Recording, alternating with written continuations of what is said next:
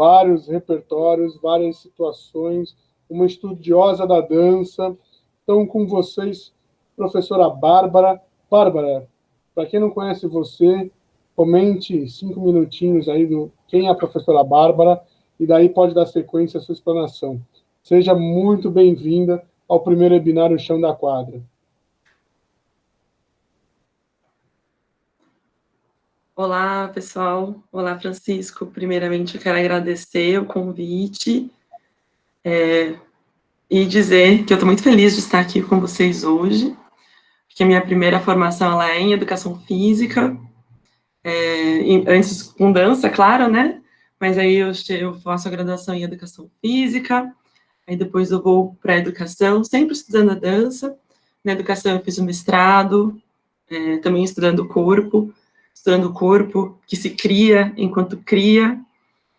Essa foi a minha pesquisa de mestrado. Hoje eu estou fazendo doutorado também na Faculdade de Educação, como membro do LabArte, que é o Laboratório Experimental de Arte, Educação e Cultura, lá da FEUSP, né, que é a Faculdade de Educação da USP, e também do PULA, que fica sediado na Escola de Educação Física e Esporte da USP, é um grupo interdisciplinar, coordenado pela professora Soraya Schunk Saura e a Ana Zimmermann também.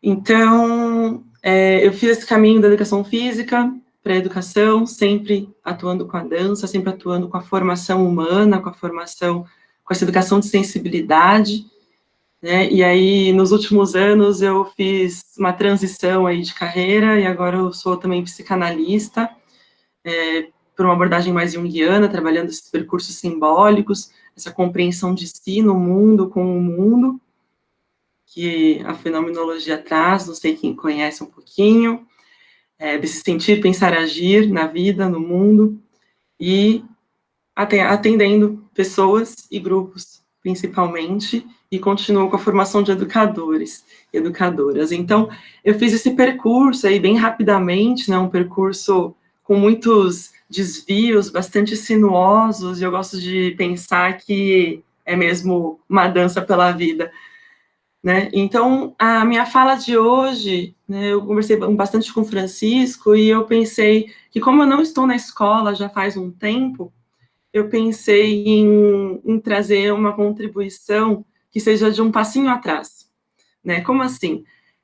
Acho que os colegas falaram muito bem sobre a prática pedagógica da dança na escola, sobre o que a gente trabalha com a dança, que dança é essa, da dança na escola, né? Quais são as possibilidades, expandiram, trouxeram sugestões, né, isso é uma riqueza incrível, e aí eu conversei com o Francisco, e a minha fala ela vai num caminho de dar esse passinho atrás para a gente pensar um pouco, né, sobre o corpo, esse corpo vivo, né, que corpo vivo é esse que vive a nossa vida na escola, né, no chão da quadra, no chão da sala, no chão da rua, no chão da nossa casa, né, que corpo é esse? E aí eu pensei em começar com um poema. E aí eu vou trazer um poema do Ferreira Goulart, que é um poeta que eu gosto muito, e aí eu vou ler para vocês. Vou pedir licença para ler, tá? Ele diz assim: o teu corpo muda. Independente de ti, não te pergunta se deve engordar. É um ser estranho que tem o teu rosto, ri em teu riso e goza com teu sexo. Lhe dás de comer e ele fica quieto. Penteias-lhe os cabelos como se fossem teus. Num relance, achas que apenas estás nesse corpo. Mas como, se nele nasceste e sem ele não és?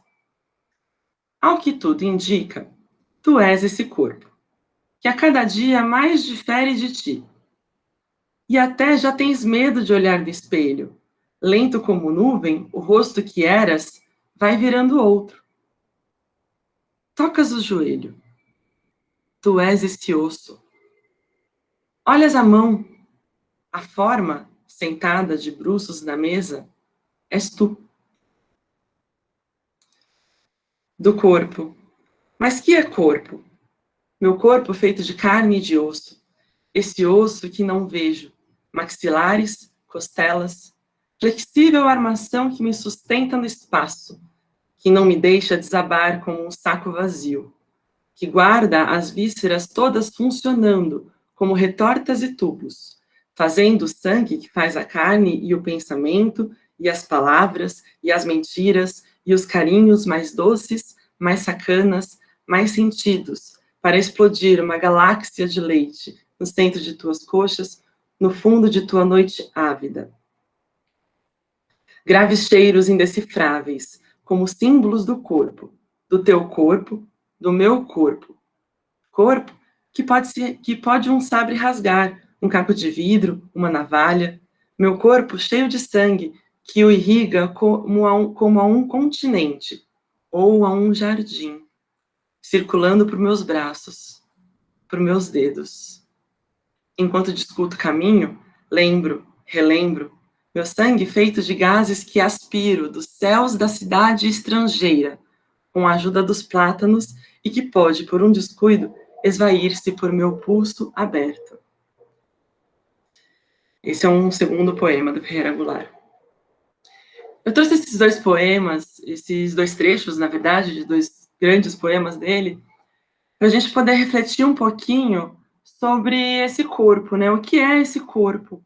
Ele traz bastante a nossa anatomia, né? Esse nosso passeio por dentro do corpo, para a gente lembrar que a gente é uma matéria, mas é uma matéria viva, né? Uma matéria viva, pulsante, que vibra, uma matéria que tem um ritmo próprio, né? Um ritmo material mesmo próprio. Então, o meu coração, ele pulsa, ele me dá um ritmo, é tum, tum, pausa, tum, tum, pausa, né? Um ritmo ternário. A respiração é outro ritmo, um fluxo de vai e vem, né? Eu não consigo respirar, eu não consigo inspirar e expirar ao mesmo tempo, né? Tem um ritmo, aí um ritmo próprio. E esses ritmos que nos compõem, essas sonoridades do nosso corpo, da nossa materialidade, elas trazem, elas nos ajudam a perceber esse nosso ser que é no mundo e com o mundo, né? E nesse nosso diálogo com o mundo, a gente cria uma música, né? Então, assim, esse meu ritmo interno, esse meu ritmo pessoal, esse meu ritmo corporal, da minha matéria, né, entra em diálogo com os ritmos, os vários ritmos do mundo, né? Vai ter o ritmo dos ventos, o ritmo dos cantos dos pássaros, vai ter o ritmo dos carros passando na rua, as buzinas, a cidade, ela tem o seu próprio ritmo, né? Então, quando o Ferreira Goulart fala, né, meu sangue feito gases que aspiro dos céus da cidade estrangeira, nessa cidade que é estrangeira a mim, né, mas que eu ocupo, esse corpo que às vezes eu estranho, mas que eu ocupo, que eu habito e que ao mesmo tempo me habita, né, esse corpo que me faz não ser um saco vazio, amorfo, né, esse corpo que tem uma forma, né, a gente não está de qualquer jeito no mundo, nós somos todos humanos, o que nós temos em comum?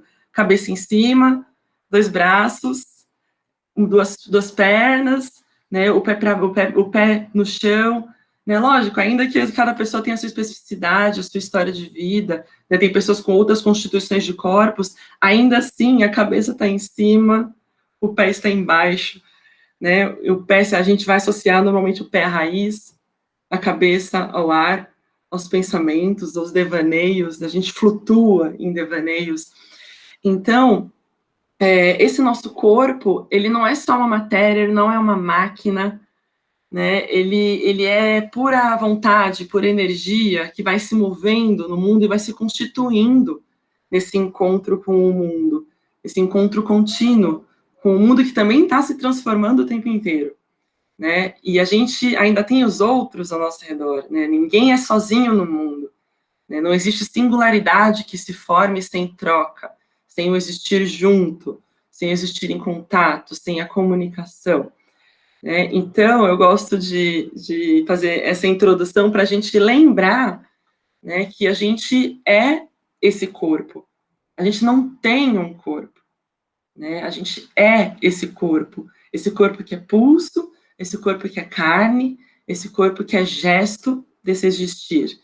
Então, eu estou aqui falando com vocês, né, tem toda uma gesticulação, minhas mãos falam, minha cabeça fala, né, a minha paisagem aqui atrás fala, a minha roupa fala, né, e apesar de eu estar dentro de uma janelinha e vocês não estarem vendo os meus pés, as minhas pernas, né, a minha barriga. Apesar de vocês não estarem vendo essas partes deste corpo que eu sou, né, eles estão me comunicando. Os meus pés estão apoiados no chão, e apoiados no chão, eles empurram o chão. E ao empurrar o chão, eles me dão uma estrutura, eles me dão um vigor, eles me dão um tônus, eles me ajudam a me estruturar e a me colocar, a me inscrever nessa imagem, junto com vocês, né? Então, estou falando isso, né, com vocês, principalmente porque a gente está nesse momento em que estamos todos encaixotadinhos dentro dessa tela, né, e a gente, às vezes, esquece que a gente pode trabalhar também com uma presença dentro da tela. Então, eu não gosto da gente falar que o encontro virtual não é presencial. Eu gosto de dizer que nós estamos em uma presença que é virtual, né? Uma presença que eu não olho, eu não sinto a textura da sua pele, eu não sinto o seu volume, eu não sinto essa tridimensionalidade, né? Eu não posso te tocar, porque a não ser que eu toque a tela, né? Eu não posso tocar você, mas a gente tem um contato, né? A gente consegue se olhar. Então eu prefiro os contextos em que a gente consegue ver as telinhas uns dos outros, né? Isso me traz um pouco mais de conforto, me traz um pouco mais de comunicação, me traz um pouco mais da sensação de que eu estou mesmo dialogando, né? E então a gente tem muitos estranhamentos com essa nova forma de existir, né? Em que a gente está praticamente o tempo inteiro através das telas. Né? Não é uma forma totalmente nova, a gente já tinha isso antes, mas agora está intensificado. Né? Então, isso não é um jeito de não ser corpo, é mais um jeito de ser corpo, é mais um jeito de ser presente no mundo e com o mundo. Né? Nosso mundo se constitui hoje com a tecnologia.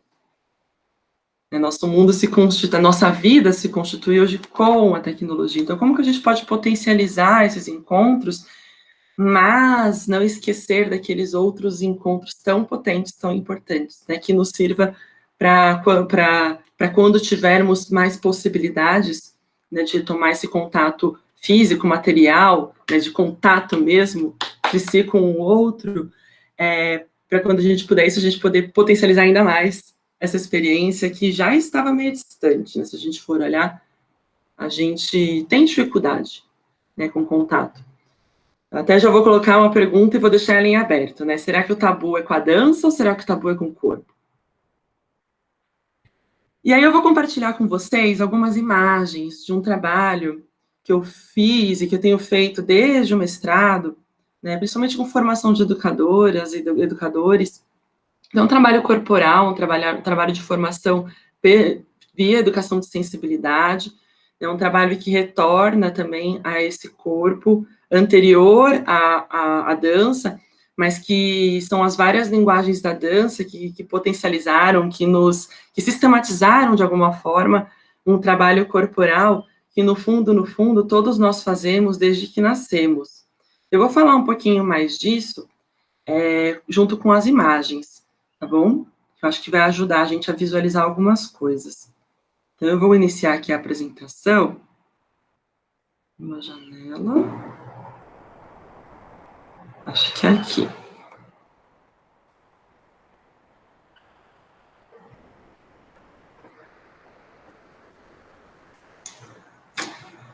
Vocês estão vendo a imagem, sim? Então, aqui a gente tem, né, corpos, uma experiência inicial. Uma coisa importante, são pessoas que não tinham uma experiência formal em dança anterior. Por que eu digo isso? Porque se eu disser são pessoas que não dançavam antes, eu estarei mentindo, porque todos nós dançamos desde que nascemos, né? Assim, basta ouvir um tambor, basta ouvir um som qualquer que a gente se move, e o corpo é convocado a essa troca, a essa relação. Então, todos nós dançamos. Eu gosto de dizer que são pessoas que não tiveram uma experiência formal com dança.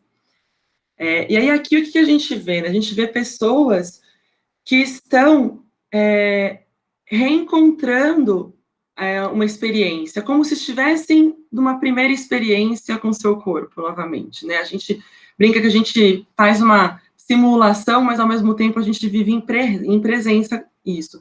E aí, nesse trabalho corporal, a gente propõe que as pessoas investiguem o corpo.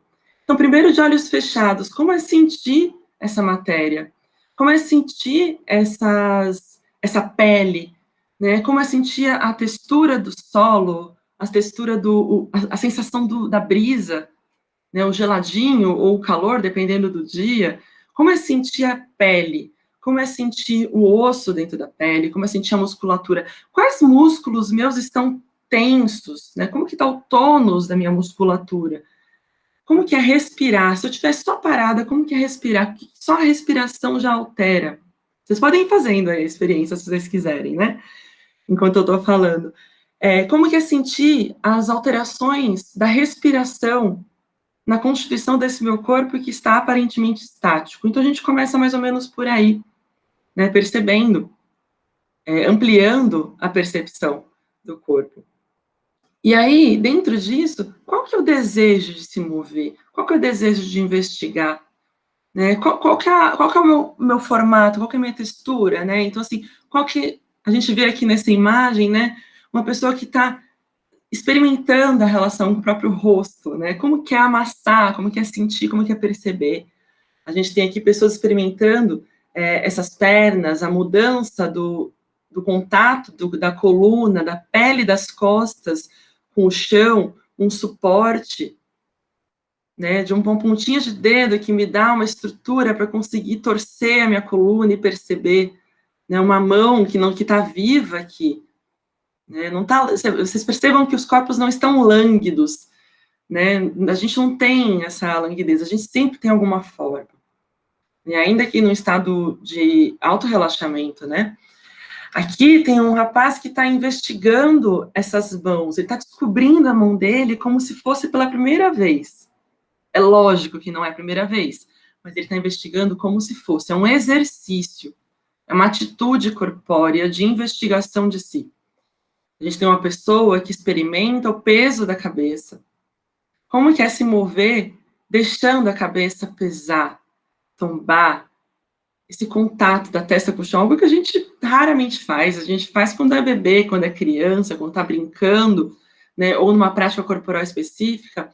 E aí eu acho que tem algo muito importante de se falar, que é que a dança, né, ou essas primeiras experiências aí anteriores até a dança, né, essa investigação do corpo, ela, para além da gente estar trabalhando com uma prática corporal sistematizada ou com um elemento da cultura corporal, né, da cultura corporal de movimento, a gente está dando esse passo atrás e trabalhando com essa investigação desse corpo, com essa investigação desse ser no mundo com o mundo.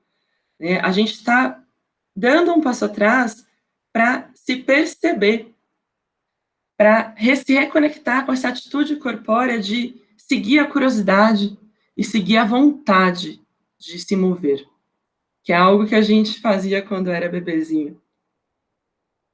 É algo que a primeira vez que a gente abre os olhos, né, quando a gente é bebê, a gente está lá deitado de barriga para cima, porque a gente ainda não sabe se movimentar. Acho que todo mundo aqui estudou um pouquinho de desenvolvimento infantil, a gente lembra um pouco disso, né? Antes do bebê virar, ele tem um movimento de cabeça, e a gente fala, não, tem um movimento de olho. É o olho que conduz, é a curiosidade para olhar o mundo que faz com que a gente queira experimentar outros pontos de vista. É o olho que puxa a minha cabeça, que puxa o meu pescoço, que puxa o meu ombro, que vai puxar a minha mão, em algum momento a minha mão vai querer alcançar alguma coisa lá longe. E ao tentar alcançar essa coisa lá longe, de repente meu corpo vira... Tem o espanto de descobrir um movimento. O espanto de descobrir uma nova postura. Um espanto de descobrir um novo modo de existir no mundo. O espanto de descobrir uma forma de se relacionar com esse mundo, de se inscrever no mundo, na vida. Meu ponto de vista muda completamente. Né? Então, vou passar aqui mais um pouquinho, para a gente ver um pouquinho mais algumas movimentações. Então, dessa investigação inicial, né, quantas formas a gente descobre? E assim, eu não falei para eles, locomovam-se em 4 apoios, né, eu não falei nada disso. Eu falei para eles irem se experimentando, irem encontrando os apoios do corpo.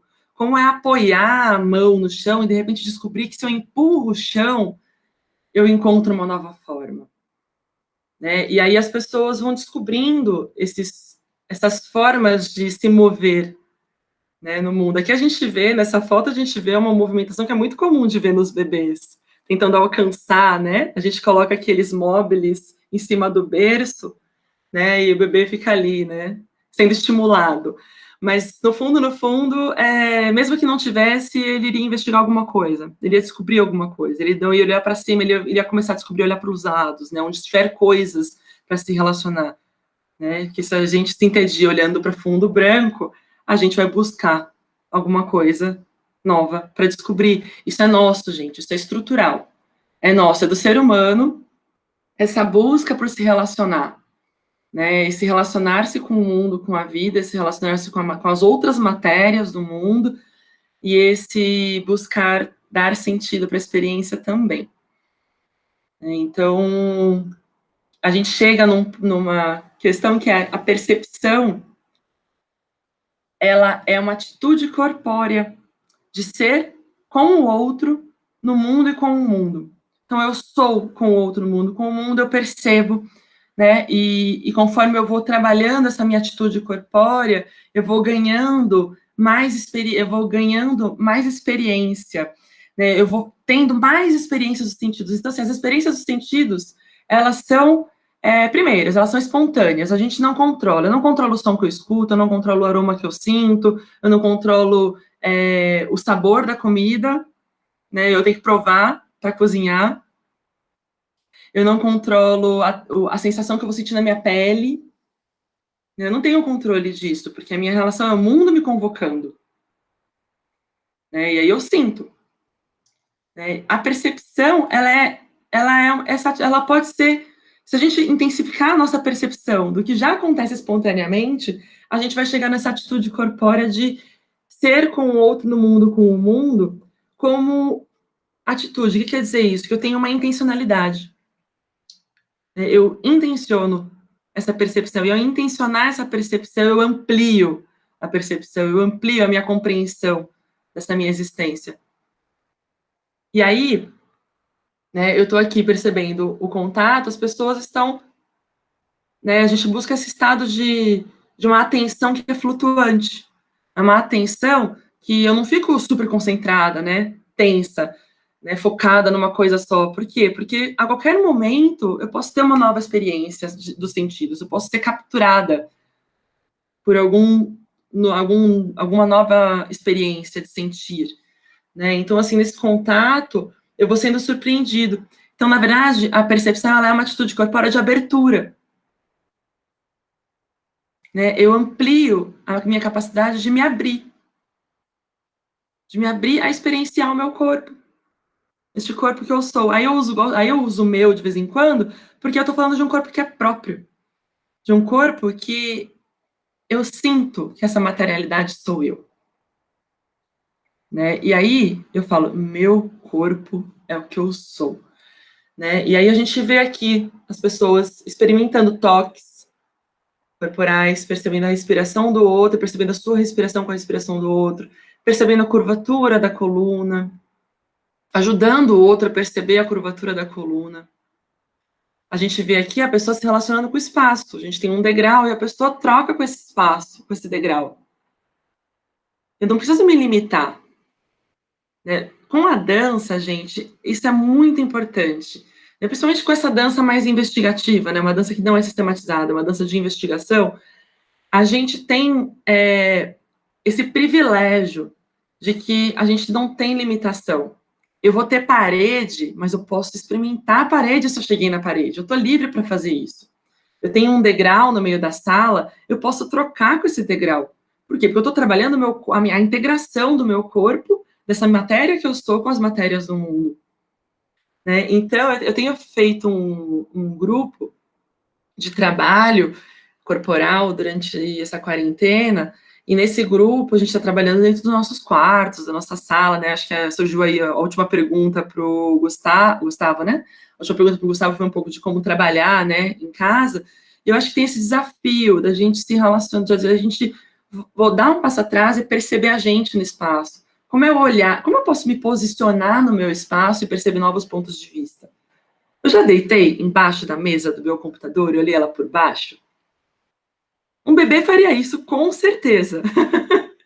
Mas a gente, às vezes, não faz, nem pensa em fazer isso, né? A gente não tá tão... Mas a gente se esquece que é gostoso estar aberto a isso, né? Eu já olhei pela minha janela por um outro ângulo, eu já deitei metade do meu corpo embaixo da cama e olhei para o resto do quarto como que é.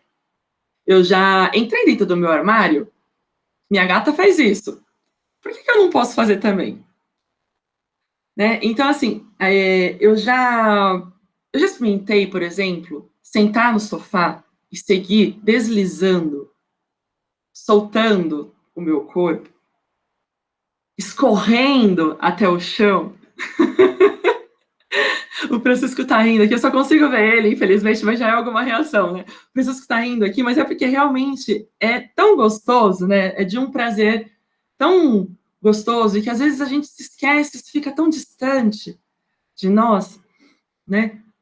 Então, aqui eu tenho outras imagens, né? Que é o quanto, quando a gente experiencia o corpo, quando a gente se deixa aberto a trocar. Isso aqui, gente, é improviso. Mas muito mais do que improviso, são pessoas que estavam experimentando sua materialidade viva, né, no espaço, sendo convidadas a experimentar com o outro.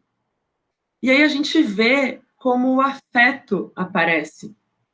A gente vê uma imagem de uma extrema delicadeza, né, de duas moças que estão aqui, ó, experimentando um contato, um entrelaçamento de corpos. Gente, isso aqui é símbolo de algo que acontece sem que a gente queira. A gente é atravessado, é entrelaçado o tempo inteiro com os outros corpos, com o mundo, o tempo inteiro a gente vive isso. O Merleau-Ponty, que é um filósofo que eu gosto muito, quem conhece ele sabe que eu estou falando dele desde o início. Maurice Merleau-Ponty tem um livro chamado A Fenomenologia da Percepção e tem um outro que eu amo demais, que é o último livro dele, um livro que foi publicado póstumamente, depois que ele faleceu, que tem as notas dele. O livro chama O Visível e o Invisível. Nesse livro, ele traz com bastante profundidade a explicação desse quiasma, desse entrelaçamento. Ele vai usar uma metáfora que eu acho lindíssima, que é uma membrura. Como assim? É uma junção das palavras membrana e juntura.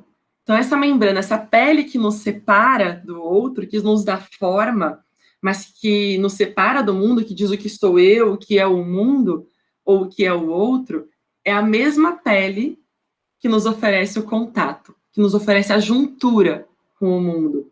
E aí esse contato ele vai chamar de membrura, ele vai chamar de quiasma, né? São nomes bonitos, poéticos, né, para falar de algo que sem a poesia a gente não conseguiria falar. Né? Não é falar, o contato de um corpo com o outro não vai nos dar essa imagem, né, da membrura. A imagem da membrura traz a sensação do que é esse toque, esse contato. E cada um de vocês pode aí experimentar, né, tocando uma mão sua, pegando uma mão e tocando a outra mão, ao encostar uma mão na outra, você pode experimentar aí, você consegue perceber e sentir que você sente uma mão, você sente a outra, e você sente o isto, que é esse contato, que é quase uma coisa só. Mas eu não deixo de sentir o um e o outro. Mas eu sinto uma coisa só. Então, isso é a membrura, né, que o Merleau-Ponty fala.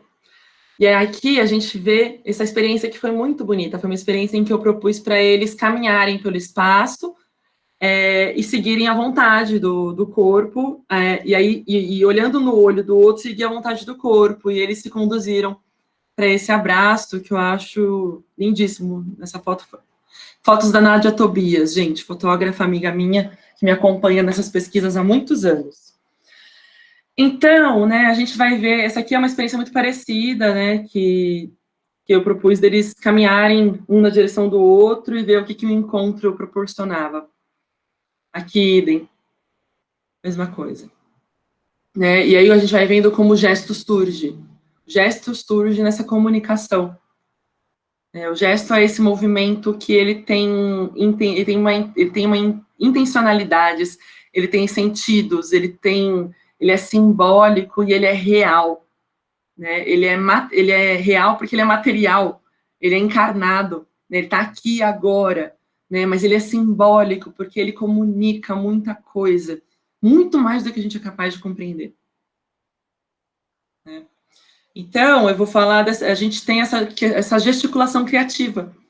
Né? Então, antes da dança, a gente vai ter uma gesticulação, a gente vai buscar essa percepção, dessa percepção a gente vê que ao me movimentar na direção dos meus desejos, da vontade de mover, eu já gesticulo e eu já sou criativa. Não é algo que eu falo, cria aí uma coreografia. Né? É algo que eu estou só seguindo as vontades do meu corpo e essa experimentação do meu corpo no mundo, com o outro, né? E eu já gesticulo, eu já crio. Né? A diferença é que eu estou atenta a essa criação. Eu estou percebendo ela como criação também. Né? Quando eu jogo futebol, eu vou desligar um pouquinho a apresentação para a gente poder se ver. Quando eu jogo futebol, aliás, eu não jogo futebol, gente, eu realmente não consigo. As marcas da dança no meu corpo fazem com que a minha corrida fique parecendo uma corrida de gazela, sabe? E é aquela corrida saltada. Ela é fluida, ela é linda, né? Mas ela não funciona muito bem no futebol. Né? Então, assim, a minha gesticulação criativa com as regras do futebol, com as necessidades que o futebol exige da minha materialidade, exigiria de mim muito mais experiências com o futebol, para que eu me sentisse jogando futebol de uma forma mais fluida. Eu até jogo, né?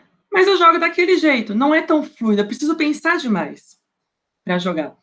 Então, quanto mais a gente experimenta, quanto mais a gente experiencia, quanto mais a gente amplia, né? Para usar um termo que a gente usa muito na educação física, né, nosso repertório motor, a gente amplia nosso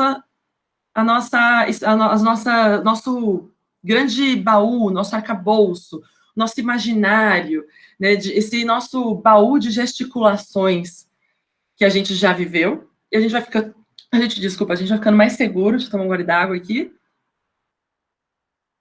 a gente vai ficando mais seguro para se mover, para criar, para se relacionar com esse espaço, e com esse mundo, e com essas matérias que nos convocam, que se chocam comigo, no mundo e na vida, né? Então, essa dança que eu estou falando, ela é muito mais próxima, por exemplo, de uma luta de jiu-jitsu, em que eu tenho dois corpos se encontrando, se chocando, se pressionando, se conduzindo. É muito mais próxima de uma arte marcial, de um Kung Fu, né, de um Wing Chun, de um Tai Chi. É muito mais próximo dessas artes marciais, né? A gente pode pensar que é arte marcial porque é criativo. Né? Eu estou ali trabalhando com essas tensões que surgem entre eu e o mundo, essas convocações que o mundo ou que o outro corpo me faz, dialogando com ele e criando uma relação com ele. Né? Então, percebam que eu não estou falando de uma coisa que é só da dança. Né? No entanto, é uma coisa, eu não estou falando de uma coisa só da dança, mas, no entanto, a dança, ela é um conteúdo, bem entre aspas aí, privilegiadíssimo para a gente trabalhar essa ampliação, essa exploração autêntica, né, que vai pelo devaneio, que é um estado em que a gente está sonhando acordado, né, é como se fosse um sonho acordado, esse devaneio, e que tem a imaginação o tempo inteiro ativa. De imagem em imagem, eu vou imaginando, eu vou recriando tudo ao meu redor, vou recriando a minha relação com o mundo. Então, eu alcanço, nesse momento, uma dança que ela é autêntica de cada corpo. Né? E a nossa busca pode ser um pouco por aí também, né? E aí, deixa eu ver como está meu tempo. Tá ok. A gente alcança uma dança que é autêntica dos corpos e uma dança que amplia, que apenas amplia as possibilidades. Né? Eu gosto muito de dizer, é uma coisa que são algumas percepções que eu descobri dando aula e que eu descobri na investigação do meu mestrado, né? Porque eu conversei muito com as pessoas, com os alunos, eles deram muito relatos de experiências, né? Eu propus cartas, eles escreveram cartas ao final do processo, então eu tive muita informação, muito detalhe, e eu fui descobrindo que algumas coisas que eu dizia no meio das aulas fazia muito sentido para as pessoas, né? E algumas mudanças que eu fiz da forma como eu me comunicava com eles nas orientações fizeram mais sentido para eles do que tinham feito para mim. Eu só fui tomar consciência depois que eles me alertaram da importância de terem ouvido aquilo. Então, é muito comum, durante a prática desse tipo de experiência com a dança, né, ou com o corpo, em uma experiência investigativa de si, né, é muito comum da gente falar, movimentem-se, criem movimentos novos, movimentos que vocês nunca viram, né? Ou a gente diz assim para as pessoas, dancem dentro dos seus limites. A gente tem tanto medo das pessoas se machucarem que a gente fala para elas, dentro dos seus limites, dentro dos seus limites. Essa é uma frase dita, eu acho que quase todas as aulas de dança contemporânea, de dança expressiva, criativa que eu fiz, eu ouvi isso. Né? E algo que eu aboli das minhas aulas foi o dentro dos seus limites. Porque teve um dia que eu tive um insight dando aula, e eu pensei, se eu falo no limite, a pessoa foca no limite. Se eu falo em possibilidade, o limite já está implícito. De novo, se eu falo no limite, eu foco no limite. Se eu falo na possibilidade, o limite já está implícito. Por quê? Porque o meu corpo não é ilimitado. Eu tenho borda. As minhas articulações, elas têm um limite seguro de movimentação. Limites que vão se expandindo se eu busco possibilidades. Né? Então, a gente passa a olhar o corpo não mais como limitado, a gente passa a olhar para o corpo não mais como um obstáculo, a gente passa a olhar para o corpo como um infinito de possibilidades. De relação, de criação, né? E aí a vida fica viva. Não tem como. Porque eu tô na rua, às vezes eu sou capturada por um pássaro que passa, por um... Outro dia eu tava parada esperando o ônibus, antes da pandemia, claro, e aí eu vi, começou a chover, e aí eu tinha um rio descendo meio fio que fala? Né, o meio fio, e aí uma folhinha foi descendo, eu falei, olha um barquinho! Né, o que é isso, né? Resgatar esse olhar da criança, que vê o mundo como se fosse pela primeira vez, e se espanta, e se encanta. Né? Como é fazer isso com o nosso próprio corpo? Né? Então, será que a gente poderia fazer isso com todas as outras práticas corporais com que a gente trabalha nas aulas de educação física? Como é a partir daí? Como seria a partir desse ponto de partida? Antes da gente levar, né, as manifestações, porque as manifestações, elas estão aí. As crianças vão conhecer o futebol antes da gente apresentar. Vão conhecer, talvez, o vôlei antes da gente apresentar. Vão conhecer, talvez, a capoeira. Vão conhecer, talvez, o funk não falado hoje. Vão conhecer, talvez, o parkour. Né? Não sei. Talvez sim, talvez não. É nossa função apresentar algumas coisas, né, também. Mas é nossa função também trabalhar com o que elas conhecem. E antes delas conhecerem qualquer uma dessas práticas corporais, elas conhecem o próprio corpo. A gente pode, talvez, dar um passinho atrás aí e trabalhar de uma forma mais criativa, independente da modalidade que a gente venha trabalhar. Né? Que seja uma provocação para vocês, mais uma. Então, eu vou voltar aqui para poder mostrar mais umas fotos. Dá para ver? Está aparecendo? Sim? Sim. Então, aqui a gente tem mais daquelas explorações e fica muito claro para a gente que tem forma, tá vendo? Um olhar leigo, um olhar não atento a essas imagens, né, não captura, vê pessoas se movendo de forma meio mole, amorfa, né? Você não vê as imagens, mas quando a gente tem a fotografia, é muito incrível como a gente captura, né, esses instantes, essa fotografia da dança, né? Essa fotografia dessa experiência corporal, né? Aqui era meramente uma experiência de chacoalhar os braços, né? E olha como isso cria uma imagem, né? E olha como isso cria uma imagem com muito mais sentido, né? Agora, imagina se a gente está dentro desse corpo e experimenta essa imagem, né? Isso aqui saiu de uma forma completamente espontânea, eu poderia dizer que é uma dança indiana. A gente vê um mudra, a gente vê uma lótus na mão dela, né? Que é isso aqui também, né? É um gesto extremamente simbólico, mas que saiu de uma forma tão espontânea, né? Aqui é que você, eu não posso, né? Eu até poderia mostrar o rosto porque ela autorizou, mas a gente resguarda, né? O olhar dela, gente, era tão penetrante no espaço, né? Aí eu já chego numa outra coisa, uma expressão que eu gosto de usar também, que é que a pessoa vai comendo o espaço, vai comendo o ambiente, vai comendo o que você vê dos outros corpos, né? Aí eu chego naquela outra frase que é muito dita, né? Que era faça sempre movimentos novos, busque movimentos novos, movimentos que você nunca fez na vida, né? E eu descobri durante a minha pesquisa que isso deixava as pessoas muito ansiosas, muito.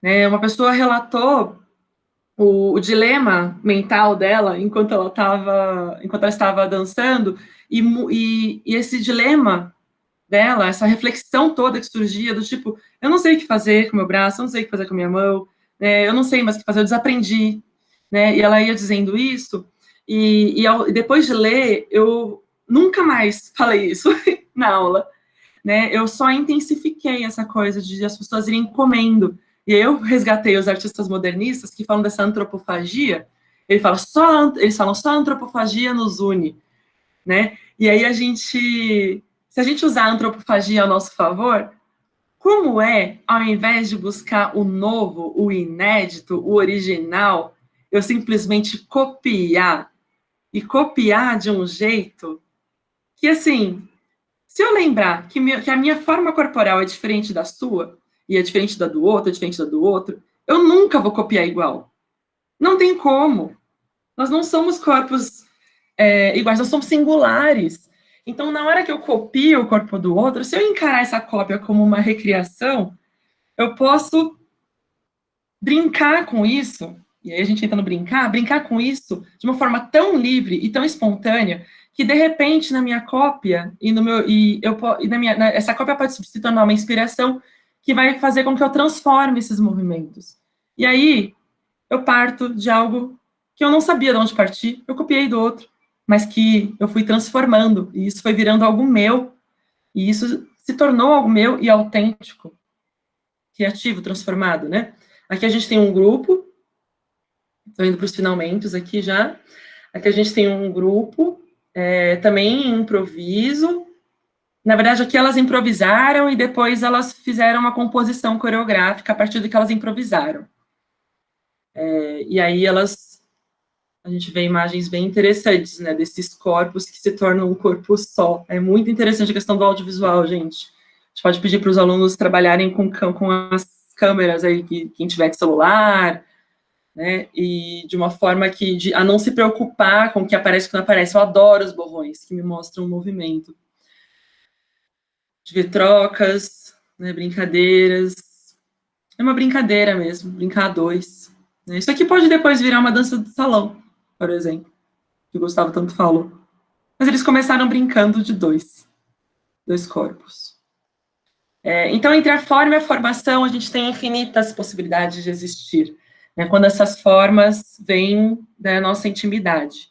E aí é algo bem legal, né, que quando a gente está nesse momento do virtual e que as pessoas podem fazer suas aulas de dentro de casa, as pessoas, querendo ou não, estão num ambiente seguro, né, então aquela coisa da vergonha, ela pode se quebrar um pouco, né, porque eu não preciso me mostrar inteiramente dentro da câmera, né, o professor que se vire com a sua vontade de ter controle do que os alunos estão fazendo, mas a gente não precisa mostrar tudo. Eu posso, por exemplo, dançar aqui, ó, com vocês, e isso para mim é uma experiência interessante.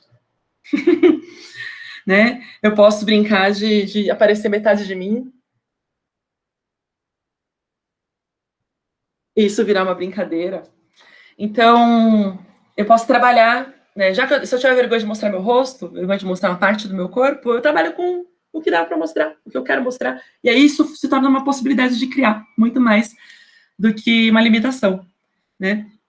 É que a gente tenha mais imagens. Gente, essa é uma menina, acho que eu tenho 2 minutos, é isso? Essa é uma menina, uma moça, que na carta dela, a carta dela me emocionou demais, porque ela conta uma experiência bem dolorosa com a educação física, uma experiência que eu também tive, me identifico pra caramba, que é o fato de nunca ser escolhida para os times, de não se sentir à vontade com alguns jogos, com algumas modalidades, e de ser obrigada a fazer a aula. Então, assim, ela conta experiências muito dolorosas mesmo desse momento, de como ela simplesmente, de como ela descobriu e como ela aprendeu a não gostar dela, a não gostar do próprio corpo, né? E ela fala claramente assim, eu só era uma criança normal, né? E aí, com essas coisas, eu fui aprendendo. E não foi só na aula de educação física, mas a aula de educação física, para ela, fortaleceu muito isso. Por quê? Porque é onde o corpo está em evidência. Né? E aí, na graduação, ela chegou, e aí na graduação ela descobriu o laboratório, e aí ela veio fazer as aulas, e ela disse assim, na carta dela, ela contou toda essa história, ela falou, eu escolhi vir para o Labiate porque eu queria desafiar a minha semente petrificada. E aí, gente, cá está a semente petrificada.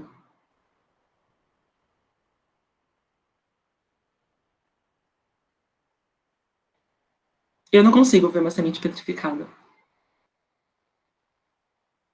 Mas se a gente exige somente uma prática, a gente limita os corpos. Então, como a gente pode expandir?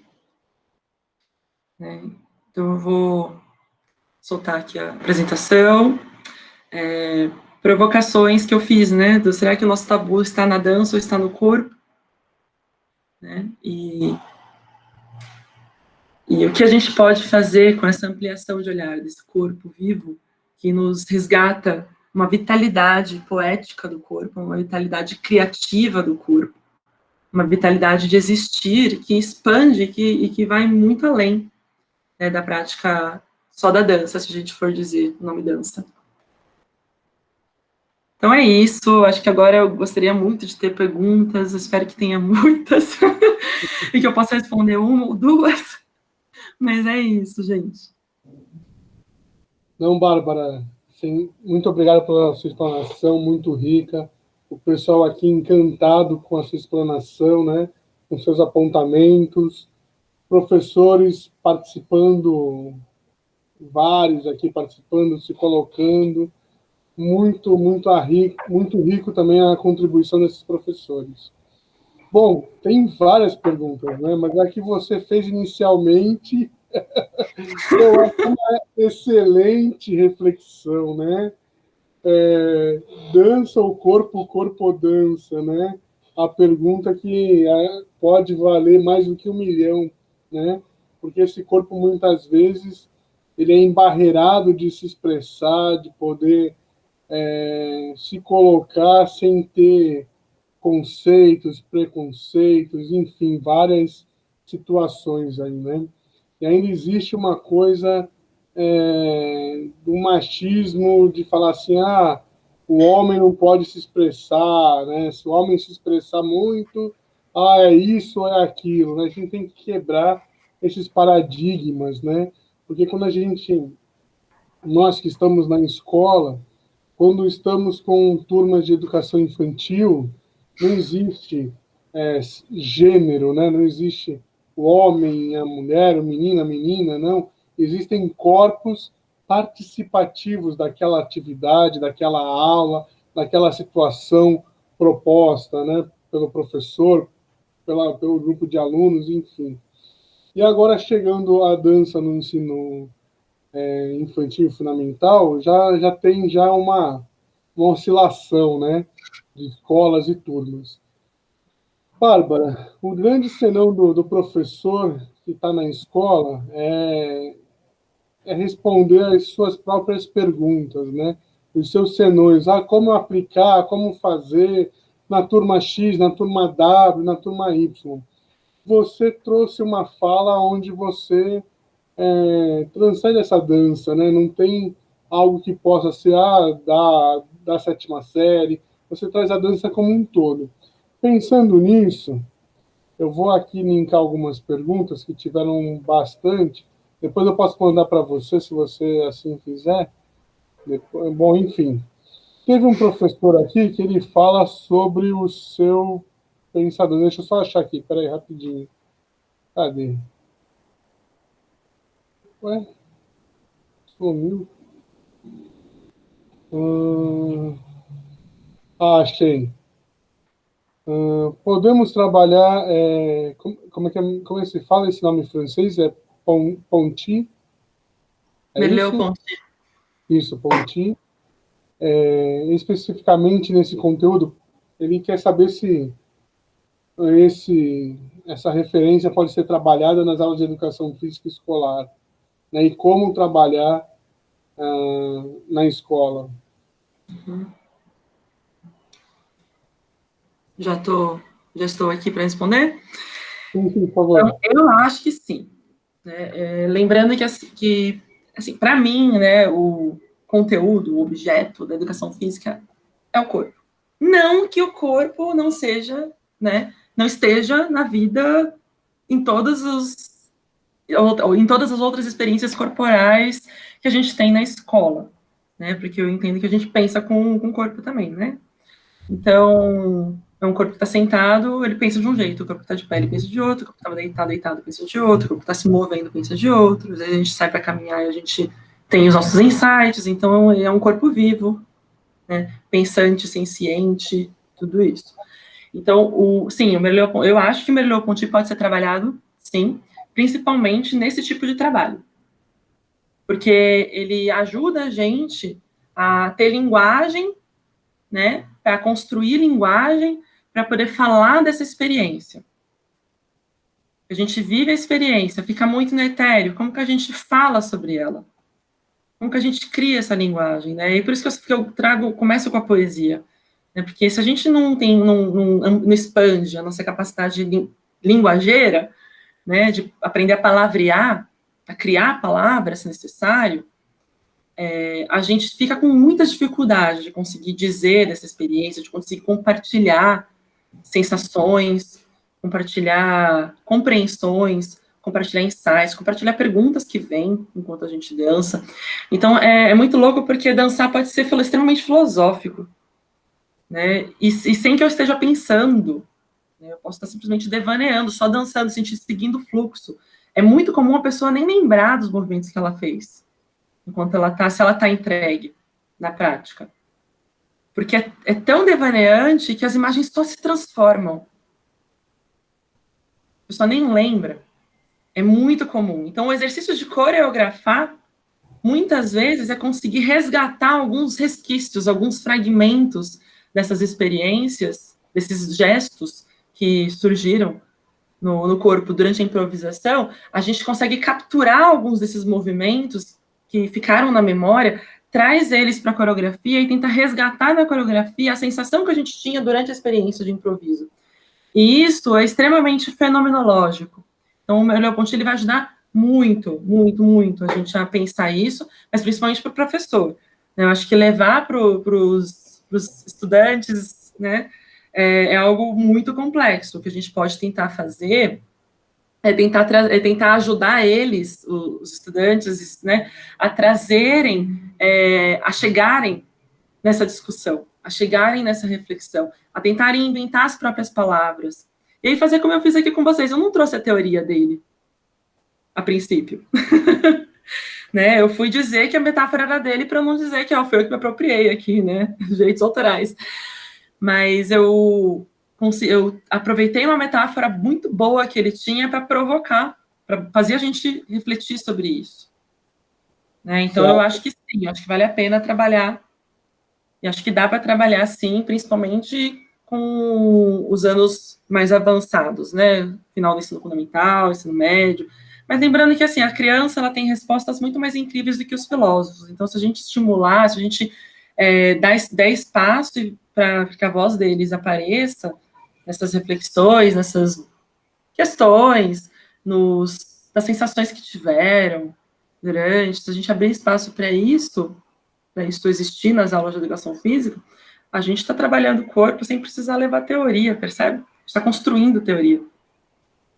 Não, perfeito.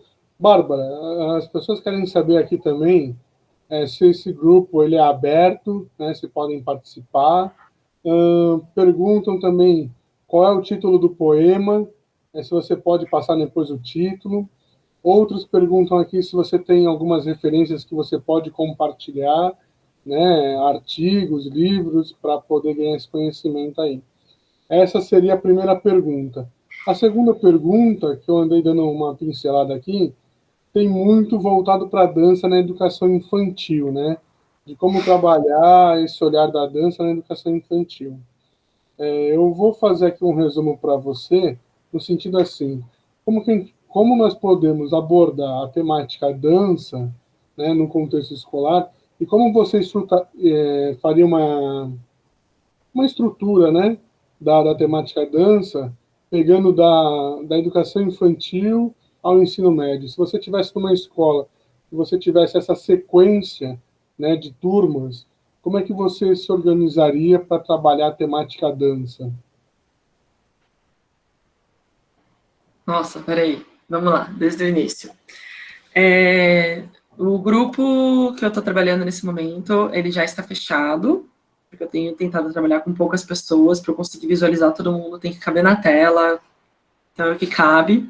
Esse vai até o fim do ano, talvez o ano que vem eu abra outro, então acho que vale a pena só ficar ligado nas minhas redes sociais, eu sempre divulgo, tá bom?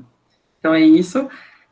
Artigos, textos, eu tenho a minha dissertação de mestrado, por enquanto, e tenho alguns textos também que talvez interessem, e se quem tiver interesse pode mandar mensagem lá no Facebook mesmo, ou no direct do Instagram, e aí eu posso enviar, tá bom?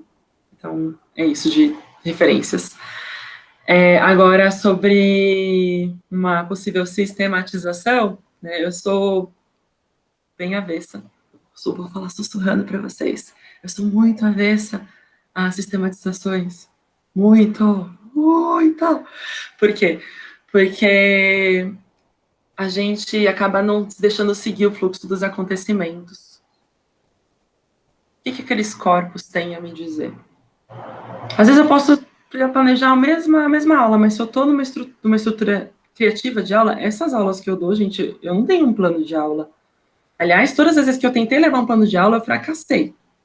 E fracassei feio, porque aqueles corpos não estavam disponíveis a trabalhar com o que eu queria propor. Então, foi muito frustrante. Então, foi por uma questão emocional mesmo, de eu não saber lidar com essa frustração. Eu comecei a trabalhar de uma forma muito mais livre, e eu descobri a potência que tem nisso. Isso não quer dizer que eu estou trabalhando de uma forma descompromissada, muito menos de uma forma desorganizada. Isso quer dizer que eu estou criando junto com eles. Então, eu olho aqueles corpos, eu troco com aqueles corpos, e eu conduzo a prática a partir do que eu estou olhando, a partir do que eu estou vendo. Se eu estou vendo que as pessoas estão envergonhadas, o que eu posso dizer para ajudar? Se eu estou vendo que não está fluindo, como que eu posso transformar essa atividade numa outra coisa? Se eu estou vendo que sem música não está rolando, como que eu posso colocar uma música? Que música eu ponho? Estou vendo que está ficando muito denso, né? Vou colocar uma música mais agitada, eu quero que, né, as pessoas tragam energia. Tá todo mundo muito para baixo, vamos trazer energia. Tá todo mundo muito excitado, né? Muito uhul! A gente baixa também, põe uma música mais lenta, porque a música ajuda a conduzir, né? Então, esse trabalho, ele pode ser muito mais criativo se a gente tiver essa escuta mais ampliada. O nosso corpo também é aberto para perceber os outros corpos, né? E aí é lógico, né, gente? Estratégias. Acho que dá para assistir de novo a palestra dos meus colegas que falaram antes, porque eles trouxeram muitas estratégias. Né? Como que vocês vão costurar, né, do que eu disse aqui fez sentido para vocês com que as outras palestras trouxeram de sugestões, Eu acho que é da criação de cada professor, de cada professora na sua prática docente, né? Mas, de fato, com criança pequena, a gente vai trabalhar muito mais o simbólico, muito mais, né, com histórias, encenações, né? Com crianças um pouquinho maiores, a gente consegue começar a explorar outras, também histórias, mas já começar a fazer algumas perguntas, né? Com o ensino médio, a gente pode ir para a filosofia. O mosquito passou aqui, desculpa. A gente pode ir para a filosofia, mas, assim, também não forçar muito a barra, não deixar conteudista, porque a prática, só por ela mesma, ela já é muito potente, ela já é formadora, né? Não é porque a gente está falando da experiência, construindo conhecimento a partir dessa experiência, que a gente está sendo atravessado e sendo formado. Não, se eu só fizer a prática, isso já é formador, já é uma experiência formativa, né? Então, eu acho que é acompanhar, né, esse percurso. E eu acho que uma pergunta que não me foi feita é como resolver essa discriminação da dança, que a dança enfrenta na escola, né? Começando de pequeno. Aliás, começando por si mesmo. A gente começa com a gente vai experienciar, a gente vai se abrir, a gente vai brincar. Brincar. Essa expressão, a gente vai brincar com o corpo. A brincadeira com o corpo, ela vira dança. Pode ser com objeto. Eu posso dançar com uma bola de basquete. E o grupo Stomp faz isso direto. Pesquisa no YouTube. É lindo. Eles fazem música e dança ao mesmo tempo com bola de basquete, com latões. Eu acho absurdamente maravilhoso aquilo. Então, assim, como resolver essa discriminação? Primeiro, começando conosco. E aí, trabalhando com as crianças pequenas e acompanhando elas ao longo de todo o percurso. Né? Essa é a primeira coisa. Quem já está como o Francisco disse mais cedo, né? A criança não tem preconceito com dança. Ela dança, ela está brincando. E quem tem preconceito com dança é quem já criou um conceito de dança. E aí, de que conceito de dança a gente está falando? E talvez seja até uma dica aí que eu dou, que é algo que eu fazia quando eu trabalhava com crianças, era, às vezes, não falar dança no início. Eu não falava. Eu já brincar com o corpo. E era brincar com o corpo, brincar com o corpo, brincar com o corpo. E, de repente, assim, vamos criar uma coreografia com isso? E aí, daqui a pouco, a gente fechava o bloco de conteúdo falando, então, gente, isso é dança? Queria contar para vocês que todas as danças do mundo surgiram assim, com a relação do corpo com o mundo, com a natureza, né, com os deuses, com os pensamentos, com as vontades, com os conflitos, com tudo isso. Eu queria contar para vocês que todas as danças do mundo surgiram desse jeito, de corpos querendo se comunicar, se relacionar, né? Então, é um jeito também, mas é importante fechar trazendo e dizendo que é dança, porque aí assim a gente consegue fazer esse trabalho de conscientização e de abertura, para a gente ver que dança é para todo mundo mesmo. Assim como todos os esportes são para todo mundo. Não, todas as modalidades, práticas corporais. Bem, vai. Falei muito. E eu vou fazer a mesma pergunta que eu fiz pro Zé, Bárbara. A pergunta de 1 milhão. Qual pergunta que ainda não foi feita para a professora Bárbara e ela gostaria de responder, referente à nossa temática de hoje? Acabei de fazer.